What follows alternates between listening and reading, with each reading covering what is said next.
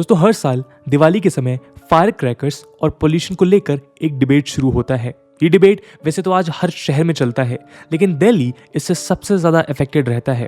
और ये जस्टिफाइड भी है क्योंकि पूरे देश में दिल्ली और आसपास के इलाके विंटर्स में सबसे ज्यादा पोल्यूशन से अफेक्ट होते हैं। टाइम्स ऑफ इंडिया द्वारा क्रिएटेड इस मैप में ये आपको क्लियरली दिखेगा कि कैसे most polluted regions northern belt में कंसंट्रेटेड हैं। हर साल दिवाली के बाद दिल्ली का स्मॉग की चपेट में आना अब एक आम बात हो गई है। ऐसा लगता है मानो पूरा शहर एक काले धुएं से ढक गया हो। सांस लेने में तकलीफ से लेकर आंखों में जलन और विजिबिलिटी का घटना, ये सब द ग्रेट दिल्ली स्मॉग के फीचर्स हैं। हर साल दिवाली के समय फायर क्रैकर्स और हरियाणा, पंजाब, वेस्टर्न यूपी में स्टबल बर्निंग को इस स्मॉग का मेन कारण बताया जाता है। इसके अलावा दिल्ली के आसपास के पॉल्यूटिंग इंडस्ट्रीज, कंस्ट्रक्शन वेस्ट इत्यादि भी इस स्मॉग का कारण बताए जाते हैं। ये एक हद तक सही भी है, लेकिन सबसे बड़ा सवाल ये है कि दिवाली तो पूरे भारत में मनाई जाती है और मुंबई और चेन्नई जैसे शहर तो दिल्ली से भी ज्यादा इंडस्ट्रियलाइज हैं। तो फिर क्यों सिर्फ नदर्न इंडिया में ही ऐसा खतरनाक स्मॉग देखा जाता है? एक केस स्टडी के तौर पर अगर हम दिल्ली का चेन्नई के साथ कंपैरिजन करें तो चेन्नई और उसके आसपास के इलाके इंडिया की ऑटोमोटिव कैपिटल कहलाते हैं। यहाँ automobiles, heavy vehicles, motor bikes और ट्रैक्टर्स का मैसिव प्रोडक्शन होता है और दुनिया के कुछ टॉप मैन्युफैक्चरर्स आपको यहाँ मिल जाएंगे, including Ford, Hyundai, BMW, Daimler, Renault, Volvo और कैटरपिलर। रीजनल प्लेयर्स जैसे फोर्स और अशोक लेलैंड भी अपना प्रोडक्शन यहाँ करते हैं। इसके अलावा तमिलनाडु इंडिया का वो इंडस्ट्रियल पावर हाउस है जहाँ 2 पेट्रोलियम रिफाइनरीज, कई हैवी इंडस्ट्रीज के यूनिट्स और 7,000 से ज्यादा स्मॉल और मीडियम मैन्युफैक्चरिंग इंडस्ट्रियल यूनिट्स हैं। तमिलनाडु में कई कोल फायर्ड पावर प्लांट्स भी हैं और चेन्नई में भारत के 3rd highest number of automobiles हैं आफ्टर दिल्ली एंड बेंगलुरु।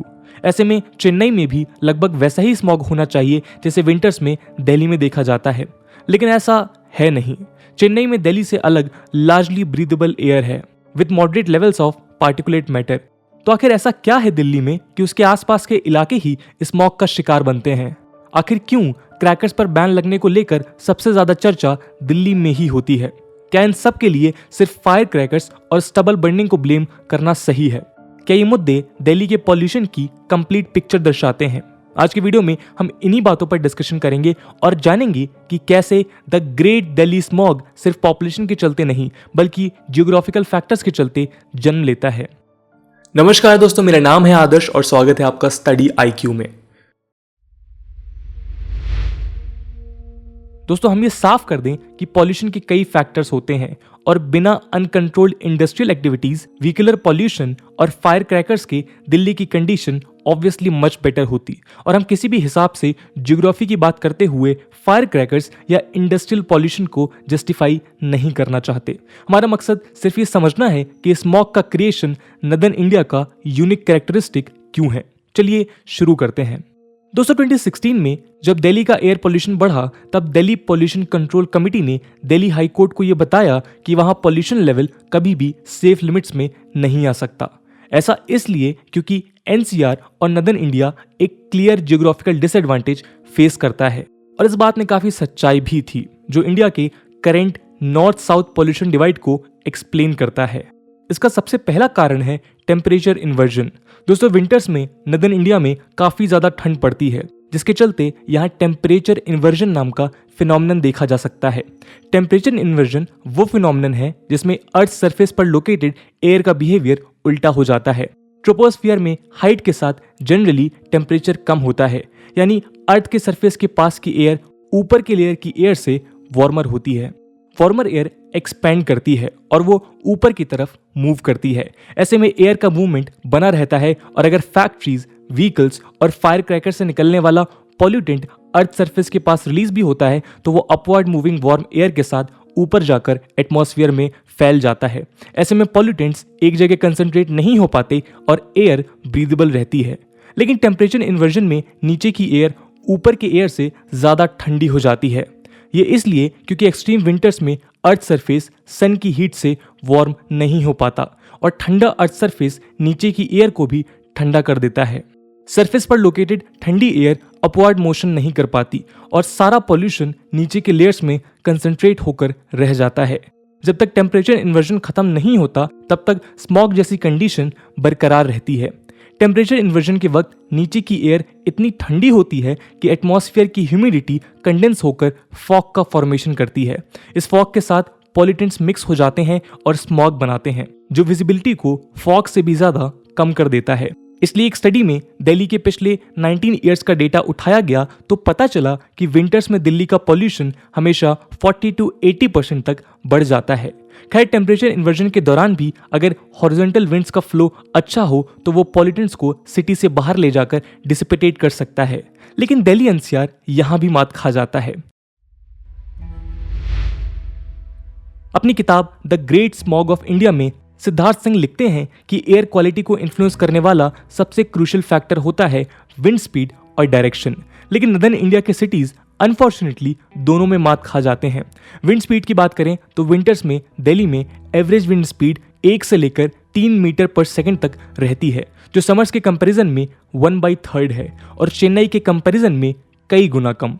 ऐसे में सारा पोल्यूशन नॉर्थ में हिमालयाज और साउथ में विंध्यास के बीच पूरे इंडो गैंगेटिक प्लेन में ट्रैप हो जाता है। अनलाइक दिल्ली, चेन्नई एक कोस्टल सिटी है जहां सी ब्रीज और लैंड ब्रीज के चलते विंड मूवमेंट बना रहता है, इसीलिए यहाँ पॉल्यूशन का डिसिपेशन इजीली हो जाता है और दिल्ली जैसा स्मॉग यहाँ क्रिएट होना मुश्किल हो जाता है। ऊपर से कोस्टल सिटीज में और स्पेशली सदर्न पेनिनसुला में नदर्न इंडिया जितनी ठंड न पड़ने के चलते भी यहाँ टेम्परेचर इन्वर्जन रेयर है। डायरेक्शन ऑफ विंड्स की बात करें तो विंटर्स में नॉर्थ वेस्टर्न इंडिया और तिब्बत प्लेटू के इलाकों में हाई प्रेशर होता है और इंडियन ओशन में low pressure. Winds high pressure से लो प्रेशर की तरफ फ्लो होती हैं और इसलिए विंटर्स में विंड्स नॉर्थ वेस्ट से साउथ ईस्ट की तरफ फ्लो होने लगती हैं। नॉर्थ वेस्टर्न इलाका डस्टी और ड्राई है, ऊपर से थार डेजर्ट भी यहाँ लोकेटेड है। इस तरफ से आ रही विंड्स अपने साथ सैंड पार्टिकल्स लेते हुए दिल्ली, हरियाणा और वेस्टर्न यूपी की तरफ बढ़ती है और इंडो गैंगेटिक प्लेन्स में ट्रैप हो जाती है। इसके अलावा एक्सपर्ट्स ये भी कहते हैं कि ये विंड्स कई बार मिडल ईस्ट, अफगानिस्तान जैसे इलाकों से भी डस्ट लेकर इंडिया आती है।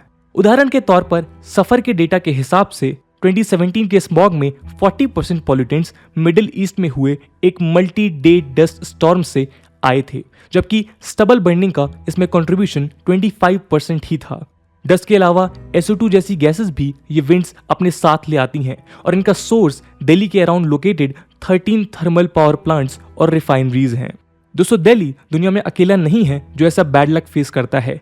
ऐसे ही जियोग्राफिकल मिसफॉर्च्यून्स के चलते अमेरिका में लॉस एंजलिस और मंगोलिया में उलान बातर भी सीवियर पोल्यूशन झेलते हैं।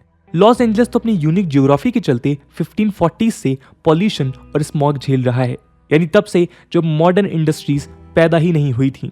इसलिए 1540s में एक स्पेनिश शिप कैप्टन ने इस एरिया को बे ऑफ स्मोक का नाम दे दिया था। लॉस एंजलिस का स्मोक आसपास के विलेजेस में कोल और फ्यूलवुड से आता है और लॉस एंजलिस में ट्रैप हो जाता है। दोस्तों, ये वो जियोग्राफिकल फैक्टर्स हैं जिनके चलते आज नदर्न इंडिया और दिल्ली एक सीवियर स्मॉग की समस्या फेस करते हैं। लेकिन इसका मतलब ये बिल्कुल नहीं है कि हमें कर्स जियोग्राफी को ब्लेम कर फायर क्रैकर्स, स्टबल बर्निंग और इंडस्ट्रियलाइजेशन को जस्टिफाई करना चाहिए। जब जियोग्राफी ही प्रॉब्लम है और उससे बदलने के ऑप्शंस हमारे पास कम है, तब सबसे अच्छा सॉल्यूशन पॉल्यूशन के सोर्सेस को कंट्रोल करना ही है। पॉलिसी मेकर्स और लोगों को ये समझना होगा कि दिल्ली एनसीआर में हो रहे industrialisation, stubble burning, vehicular pollution etcetera को ही कंट्रोल कर पॉल्यूशन को कम किया जा सकता है। यूनिक जियोग्राफी के चलते यहाँ का डेवलपमेंट प्रोसेस भी बाकी शहरों से अलग होना चाहिए। इस रीजन को अपनी पॉलिसीज अपने सिचुएशन के हिसाब से ढालनी होंगी और क्लीन फ्यूल को प्रायोरिटाइज करना होगा। गवर्नमेंट्स को एक्टिव मेजर्स के तहत पॉल्यूटिंग इंडस्ट्रीज और पावर प्लांट्स में एमिशन कंट्रोल पर ध्यान देना होगा। कंस्ट्रक्शन वेस्ट पर कंट्रोल और ट्रांसपोर्टेशन सेक्टर में क्लीन फ्यूल का एक्टिव प्रमोशन भी एक सॉल्यूशन है। आज green fuel, green sources of energy और ग्रीन डेवलपमेंट की सबसे ज्यादा जरूरत शायद दिल्ली को ही है। तो दोस्तों, ये थी कहानी दिल्ली के स्मॉग की। इस वीडियो में आपने जाना कि कैसे दिल्ली की जियोग्राफी उसे सपोर्ट नहीं करती है पॉल्यूशन से बच पाने में। इस पूरे मुद्दे को लेकर आपका क्या ओपिनियन है, कमेंट सेक्शन में जरूर बताइएगा। आज की वीडियो के लिए इतना ही। आई होप आपको वीडियो पसंद आई होगी और अगर पसंद आई है तो अपने दोस्तों के साथ शेयर करना मत भूलिएगा। हम मिलते हैं अगले वीडियो में, तब तक के लिए जय हिंद, जय भारत।